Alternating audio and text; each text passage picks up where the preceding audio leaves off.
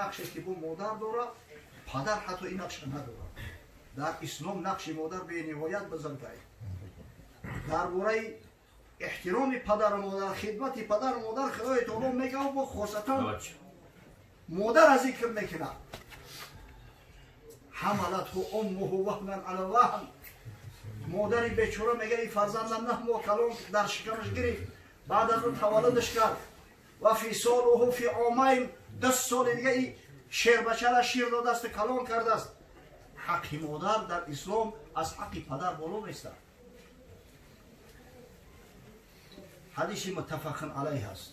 بخاری و مسلم از حضرت ابو هریره روایت میکنند که جاء رجل الى رسول الله صلی الله علیه و سلم. مرد نزد حضرت رسول الله صلی الله علیه و سلم تشریف آورد. میگه سوالش کرد که یا رسول الله من احق بحسن صحابتی. از میان همین مخلوقات، همین مردمی که همراهش زندگی میکنم، از همه بیشتر حق صحبتی مرا، حق خدمتی مرا کی داره؟ از همه بیشتر خدمتی کی نکنم؟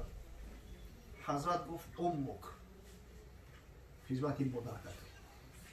با سوالش کرد ثم من یا رسول الله فهمیدم بعد این جواب قبول، بعد این با خدمتی کی نکنم؟ حضرت باز فرمود امک، خدمتی مادر کرد. باز سوم بود یا رسول الله گفت خدمتی مادر رو بدیل جون میکنم، سخن شما برای ما قانون است، باز خدمتی کی نکنم؟ حضرت باری سوم گفت امک، خدمتی مادر کرد.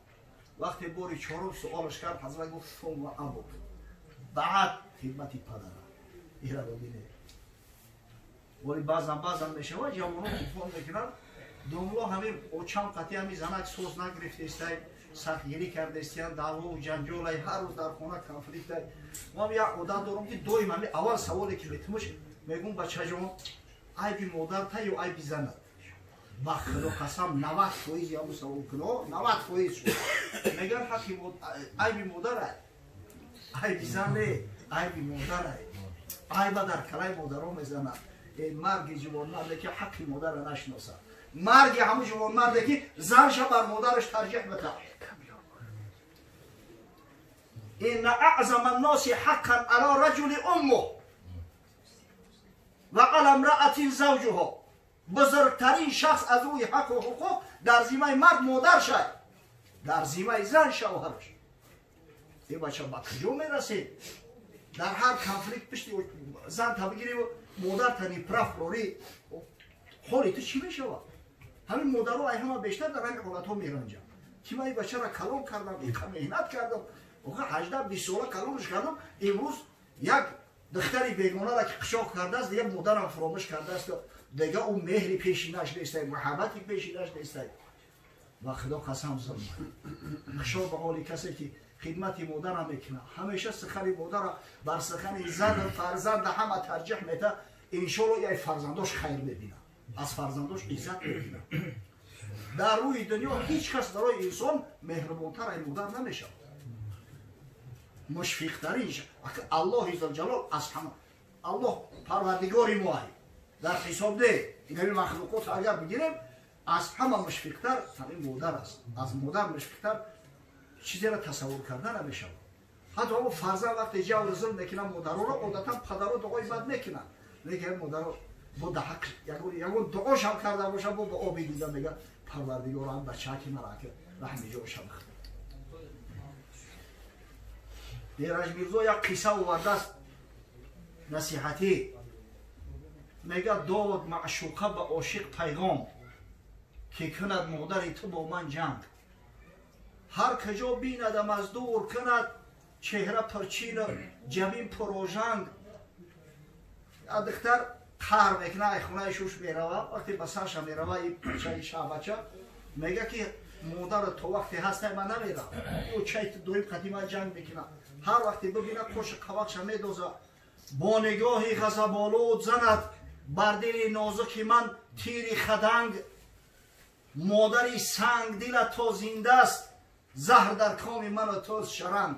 این بیوه و چیت تو وقتی هسته خوردگی مون زهری بدن مون میکنه. گر تو خواهی به وصالم برسی باید این ساعت به خوف درنگ. روی و سینه تنگش بیداری، دل برون آری از آن سینه تنگ. میخوای به وصال من برسی، میخوای من قطع زندگی کنم، برو چتا بکش خط دمد.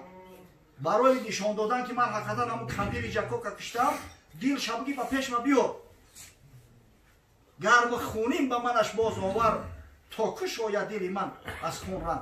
آنمی که آوردی بعد میگم که حقیقتا تو عاشق بدهی، تو ارزنده بدهی قطع زندگی میکنم. عاشق به خیرت نافرجام، نه بدان فاسق به عصمت ننگ. رفت مادر را افکند به خاک، سینه بدرید دل آورد به شام.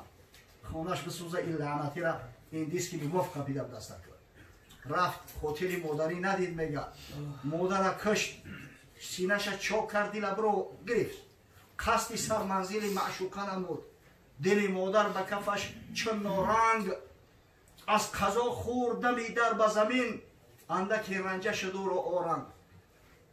بخواست ببرویتی در دهنی در همون نوجه در پیشپایی خود غلطی در زمین.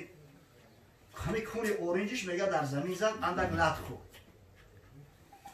آن دل گرم که جان داشت هنوز، او افتاد از کف آن بی فرهنگ. از زمین باز چه برخاست نمود، پای برداشتن آن آهنگ. خیست که اومد که دل بگیره آخی، دید که از آن دل آغشته به خون، آید آهسته برون این آهنگ. آه دستی پیسرم یافت خراش، وای پای پیسرم خورد بسن. ایره ببین ناشگری تری پیسر شود، این شوری تری پیسر که در غذای پروردگار گرفتار بشود. البته این شعر به مبالغه نبشود، اما برای همین تعلیم های که متاسفانه امروز در جامعه زندگی میکنند که به طریقی باید شاید به قدر پدر و مادران نمیرسند، خدمت پدر و مادران نمیکنند.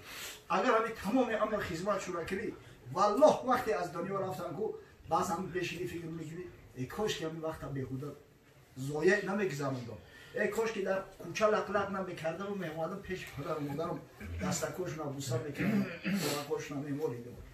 با خدا قسم کسی که تمام عمر خدمت کرده است، بعد وفات پدر و مادر با همون میبینی که در دلش یک چیزی هست ایده، این کارا که نکردم، این کارا که نکردم.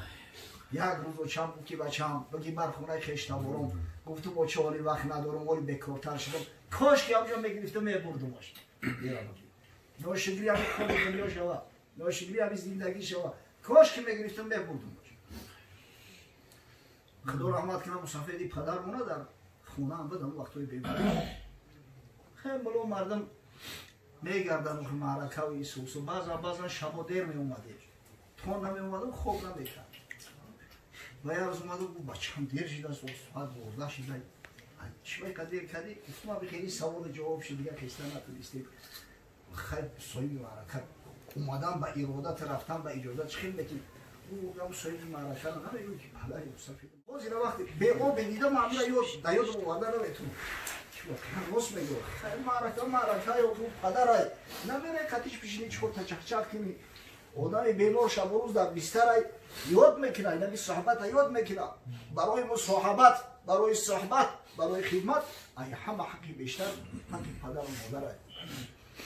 خدا رحمت مغفرت کنم مادرم، فرزندو را تربیت کرد، خدمت کرد، فرزندای برای جامعه داده است که همه الحمدلله خادم شریعت هم، همه شخصیت های معروف و مشهور هستند، نکته هستند. انشالله گوری این مادر گلشن است و دعا و تلاوت قرآن و عمل های نیکی ایشان قاری عبیدالله و ایشان قاری محفوظ الله و ایشان قاری امردین و برادراشون الحمدلله یا با فرزندای قاری دارم و مادر با نوسوهای قاری قرآن و حافظ قرآن دارم.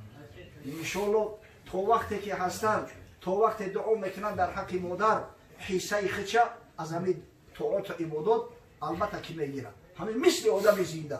چخیلی که آدم زنده طاعت عبادت میکنه و حسنات جمع میکنه، همین شخصی که بعد سری خود فرزندای صالح در راه صالح مونده است، البته که از ثمره عبادات اونو فیض میبرن.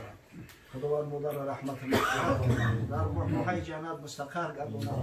پروردگار برای کسایی را که نعمت بزرگی را داده ای که در 30 سال جوانمردی پدر و مادر یا پدر یا مادر و بالای سرشو هستید، خداوند را غیرت بده، همت بده، انصاف شو بده که به قدر اونا برسن، خدمتشون بکنن و با دعای پدر و مادر از دیداری بمیثالی تو، از صحبت علمای حبیب محمد صلی الله علیه و سلم، از جنتی که جوانیش پیری نداره، حیاتش مرگ نداره، سلامتیش بیماری نداره، غیناش فقر نداره، ما نصیب بگردن. ربنا افتح بیننا و بین قومنا بالحق و انت خیر الفاتحین برحمتک.